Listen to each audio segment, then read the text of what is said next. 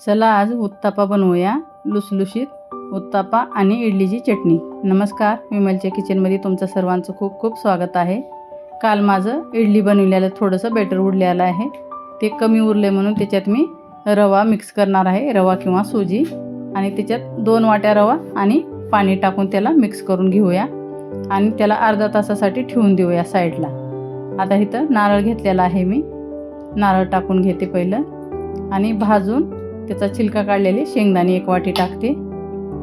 आता इथं आपण मिरची, 2 लसूण, 1 इंच आलं आणि अर्धा कांदा टाकलेला आहे. 1 चम्मच इथं जिरे टाकून घेऊया आणि ह्याला बंद चालू करून फिरवून घेऊया एक वेळेस. आता हे बघा थोडं बारीक झालेलं आहे. लागेल तसं पाणी टाकून आपणाला कमी पाणी टाकून पिसून घ्यायचं आहे. ह्याला पिसल्याच्या नंतर आपण इथं फोडणीची तयारी करूया किंवा तडक्याची तयारी करूया. मोहरी टाकलेली आहे. इथं मोहरी तडतडल्याच्या नंतर जिरे टाकून घेऊया आणि कढीपत्ता ह्या चटणीला खूप छान स्वाद येतोय, त्याच्यामुळं असलं तर कढीपत्ता जरूर टाकायला पाहिजे. पिसून घेतलेलं आपलं हे वाटण टाकून घेऊया आता. आणि तुम्हाला पातळ घट चटणी जशी पाहिजे तसं थंडच पाणी टाकायचं आहे. इथं गरम पाणी टाकायचं नाही. एक वेळेस मिक्स करूया. आणखी थोडं मी पाणी टाकून घेतलेलं आहे इथं. आता इथं 1 चम्मच एवढं नमक टाकून घ्यायचं आहे. फोडणी दिलं की लगेच नमक टाकून घ्यायचं. आता ह्याला शिजू द्यायचं आपल्याला 5 ते 6 मिनिटासाठी. आता इथं आपण हे इडलीचं बेटर आहे, त्याच्यामध्ये हे आपण रवा जे भिजवून ठेवलेला होता अर्धा तास ते 40 मिनिट हे रवा भिजलेला आहे. आता हे इडलीच्या बेटरमध्ये टाकून घेऊया. 2 वाट्या एवढं इडलीचं बेटर होतं आणि 2 वाट्याच मी इथं रवा मिक्स करून ठेवले होते पाण्यात, ते टाकून घेतले. ह्याला व्यवस्थिशीर मिक्स करून घेते. तुम्ही जर रव्याची नुसती बनवत असलो तर इथं दही टाकू शकता. दही टाकायलाच पाहिजे फर्मेट होण्यासाठी. इथं अर्धा टीस्पून खायचा सोडा टाकलेला आहे. आपलं कालचं इडलीचं बेटर होतं त्याच्यामुळं मी खायचा सोडा कमी टाकलेला आहे. रव्याचं जर बनवित असलो त्याच्यात दही टाकलं तर थोडं जास्त टाकायला पाहिजे. 1 टीस्पून खायचा सोडा टाकायचं.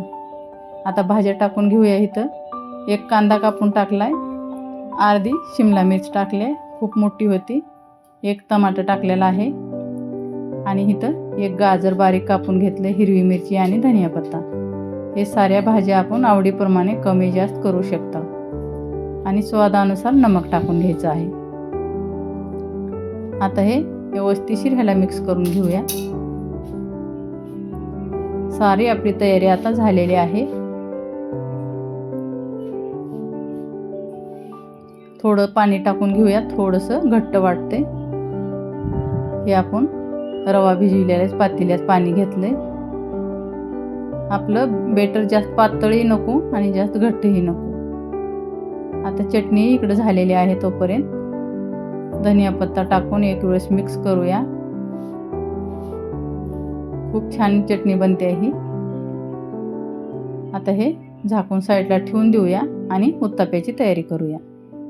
फुल गॅसवर आपणाला हे तवा गरम करून घेतलेला आहे आणि टिश्यू पेपरने मी तेल लावत आहे. हे टिश्यू पेपर घ्यायचा आणि घासून तेल लावायचं आहे, म्हणजे चिटकत नाही आपला उत्तापा.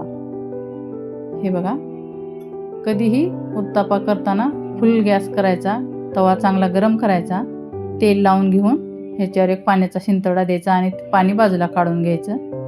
आता फुल गॅस केला आहे मी आणि इथं तेल लावून घेते. व्यवस्थिशीर तेल लावून घ्यायचं घासून. आता कडक झालं गरम तवा की मग आपण इथं हे टाकून घेऊया. हे प्रोसेस फुल गॅसवरच करायचं, म्हणजे उत्तापे चिटकत नाहीत आणि खूप छान बनतात. आता सध्या मी बारका बनवला, 1.5 पळी छोट्या पळीनं टाकलेला आहे बेटर आणि ह्याला 2-3 मिनिटासाठी झाकून ठेवूया. ह्याच्यावर तेल टाकूनही झाकू शकता, नाहीतर नंतरही तुम्ही तेल टाकू शकता. पण तेल टाकणं गरजेचं आहे, क्योंकि चिटकायची भीती असते आणि चांगला खरगूस भाजला जातोय तेलामुळं. नाही टाकलं तरी हरकत नाही, पण तेल टाकलं तर थोडंसं आणखी स्वादला चांगलं लागते. असंच आलटून पलटून आपणाला 2-2 वेळेस घ्यायचं आहे हे आणि खालून वरून तेल लावायचं आहे. ह्या रेसिपीला तेलाची जास्त काहीच गरज नाही. 2-3 चम्मचमध्ये आपले 4 माणसाचे उत्तापे बनवून तयार होतात. असेच आपले लुसलुशीत उत्तापे सारे बनवून घेऊया. कसा वाटला चटणीचा आणि उत्ताप्याचा व्हिडिओ बघा. उचलून घेऊ लागेल तर एवढं फाटल्यासारखं होऊ लागलं, एवढं लुसलुशीत आपले उत्तापे बनल्यात. आणि एक वेळेस नक्की ट्राय करा. इडली आणि उत्तापा चटणी खूप छान ऑप्शन आहे नाश्त्यासाठी. पसंत आला व्हिडिओ तर लाईक शेअर सबस्क्राईब जरूर करा.